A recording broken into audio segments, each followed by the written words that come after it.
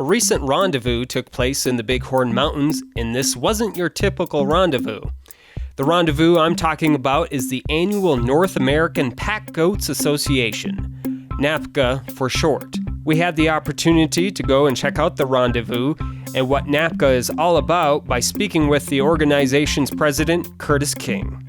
And it really started with a small group of people that just realized it was time that we needed to have an organization to get our voice out there in terms of using our goats on public lands.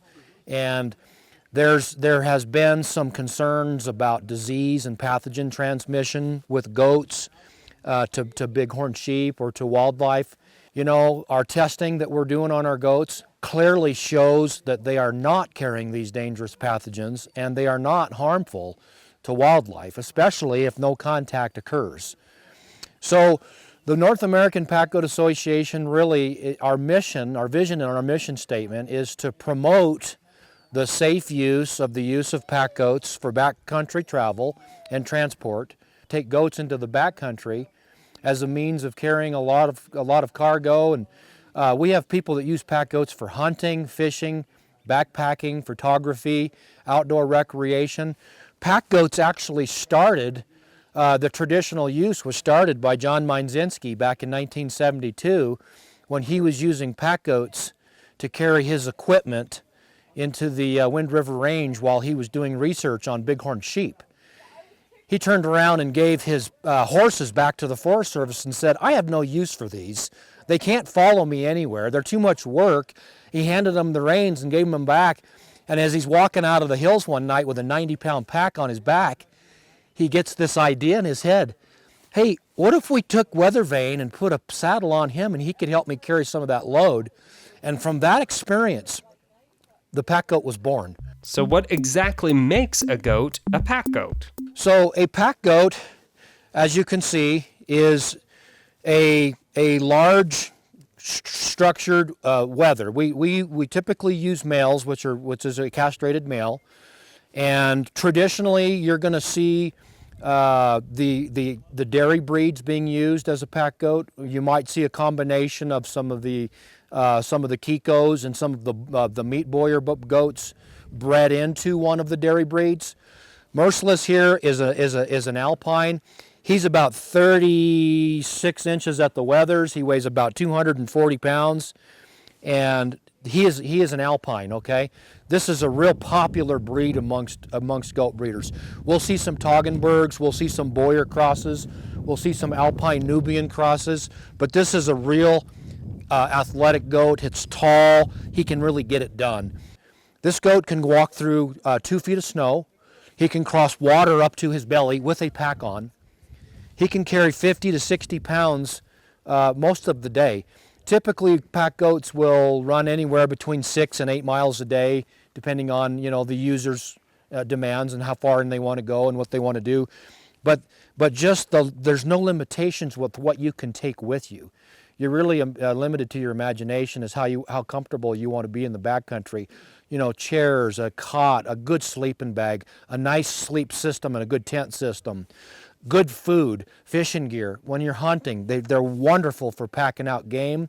They don't have to be trained or treated to blood or a dead animal, because they have no fear there. So they're real easy to train for that as well. We start training them the day we bring them home. We bottle feed them. That's where the bonding process takes place. And it typically takes about 3 years to get a goat ready to start its career as a pack goat. And that's just a lot of walks. It's a lot of attention. They train just like a dog. You put a leash on them, you take them with you. They learn to load in a truck. They learn to accept a saddle. They learn to up, and they learn to whoa and back, and all these basic commands. Pretty soon you've got a guy here. I think Merciless is he's 7 or 8 years old. You have a mature goat that can follow you anywhere in the backcountry and take all your stuff. What is the association working on and hoping to accomplish going forward? Really, the organization is in the process of working with different Forest Service land management plans because the fish and game departments and some of the sheep organizations, they have some concerns about our goats. They are learning, as well as we are, that science really does speak for itself, and science is clearly showing that these animals are not harmful to bighorn sheep or wildlife. And we're going to keep it that way. And we're going to keep it that way through education, through awareness, and what we call our best management practices. Best management practices is basically just the rules of the road of how you handle, how you control your goats while you're in the backcountry. Mark Warnke of Packgoats.com was also at the rendezvous and discusses the benefits of having pack goats and what it takes to own them. So a pack goat needs just simple things, really. It's one of the reasons that people get into pack goats is because it's affordable. In terms of a stock animal, it's the most affordable, both for the animal and for the equipment. So this is one of the top saddles out there. I designed it myself, and there's other good stuff out, but you know, you can fully equip a goat with saddle and panniers. So you have a saddle, you have panniers that hang your stuff on each side, you have a leash and a collar. I mean, that's really what you need, and a fully equipped goat can have that for as little as $200, and if you want to go top of the line, it's $500 or $600. You know, a good saddle in the horse industry is 3 times that, and a horse is 3 times that. So it is something that people can do with smaller properties, smaller equipment, because you can throw 6 goats in the back of your truck. And we have all that stuff too. We have goat haulers and, you know, all that stuff to go. So it's an affordability, but I think a pack goat is more advantageous, mostly in my opinion, because they can go anywhere that any other stock animal can't go. So we can take them through the worst of the deadfall, over the worst of the cliffs, down drainages that no horse could even imagine going, a goat can go. If you're interested in getting into pack goats, what they need to do is do their research and know what they're getting into first. And so I have an FAQ on my website where people can go in and answer most of the common questions. How much do they carry? How long do they last? How many miles can they go? How much does it cost to keep a goat? You know, I mean, this is a dedicated lifestyle. You can't just own goats and take them out twice a year and have them perform well. They have to be in condition, they have to be well nourished, they need good vet control. They're an animal that, you know, if they're not taken care of well, they can only carry 20 pounds. If they're taken care of well, they can carry 70.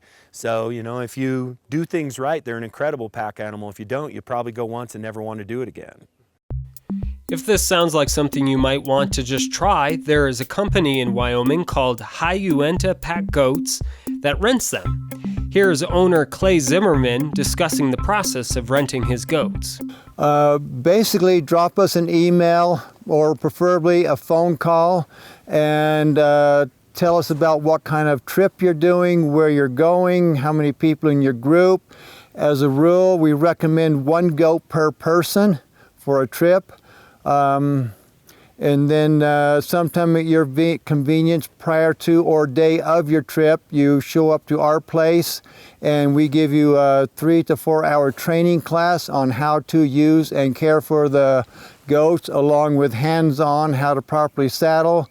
And then we'll take you on a half-hour, 45-minute walk with the goat so you can get the feel. Okay, when the goat does this, you do that, and make sure there is compatibility between the 2-legger and the 4-leggers.